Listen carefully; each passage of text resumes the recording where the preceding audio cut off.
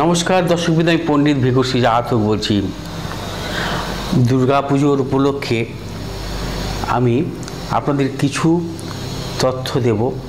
আপনারা দেখেছেন আমার মনের কথা অনুষ্ঠানের বিশেষ পর্ব। আসছেন দেবী দুর্গা, বাঙালির বহু প্রতীক্ষিত দুর্গোৎসবের সঙ্গে জড়িয়ে আছে আমাদের ভাগ্য। মা দুর্গার আগমনকালে এমন কিছু কাজ আছে, তা যদি আমরা করি তাহলে সারা বছর সুখ শান্তিতে কাটাতে পারবো এবং অর্থনৈতিক অবস্থারও অনেক উন্নতি ঘটাতে পারবো। আজকের পর্বে জানাবো দুর্গা পুজোর দুটি সহজ টোটকা, যা আমাদের জীবনে আনন্দ ভরিয়ে তুলতে পারে। সপ্তমীর দিন সকালে স্নান করে শুদ্ধ বস্ত্রে এই নিয়মটি আপনারা করতে পারেন।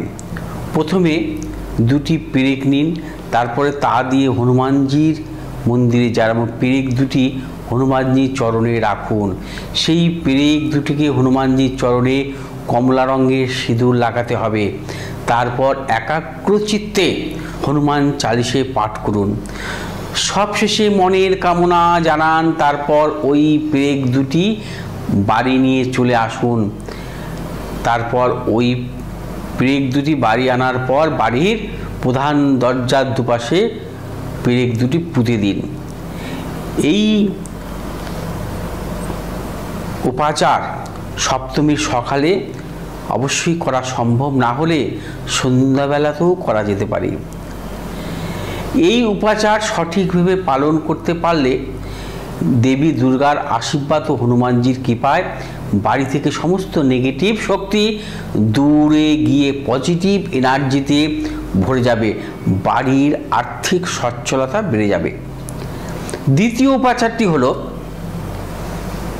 ষষ্ঠীর দিন একটি টবে ছোট একটি কলা গাছ লাগান এবং সেই কলা গাছটি একটি হলুদ কাপড় দিয়ে মুড়ে দিন। কলা গাছের গোড়ার দিকে হলুদ সুতো বেঁধে দিন। তারপর ষষ্ঠী থেকে দশমী পর্যন্ত সেই কলা গাছের গোড়ায় জল দিন, ধূপ দীপ জেলে পুজো করবেন।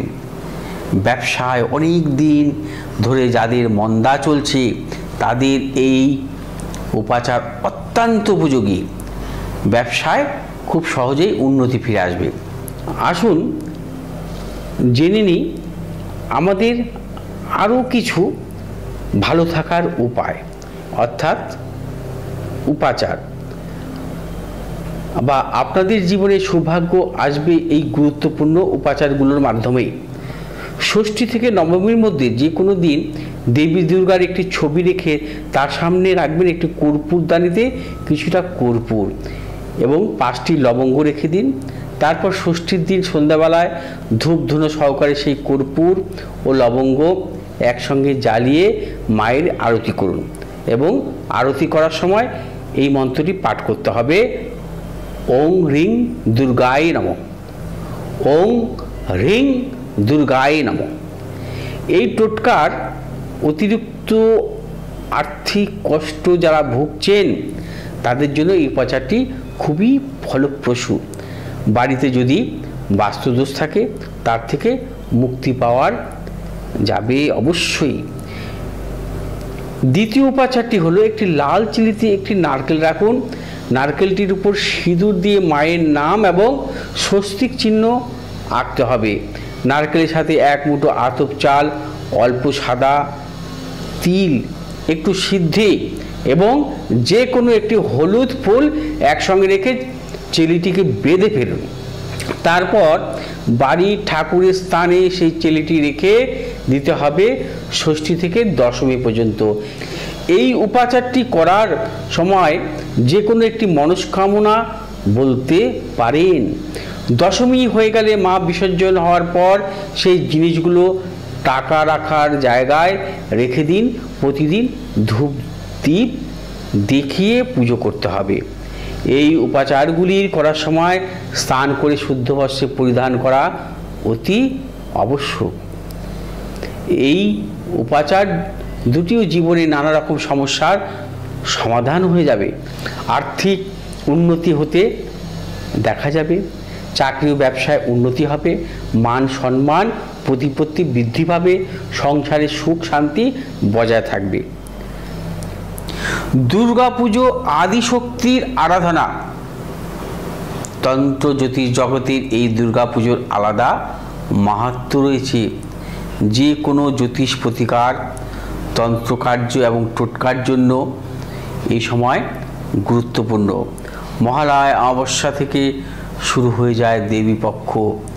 মহালয়া অমাবস্যা থেকে শুরু হয় এই গুরুত্বপূর্ণ সময়। মা আসছেন, মায়ের কাছে আমাদের চাওয়া পাওয়ার কোনো শেষ নেই।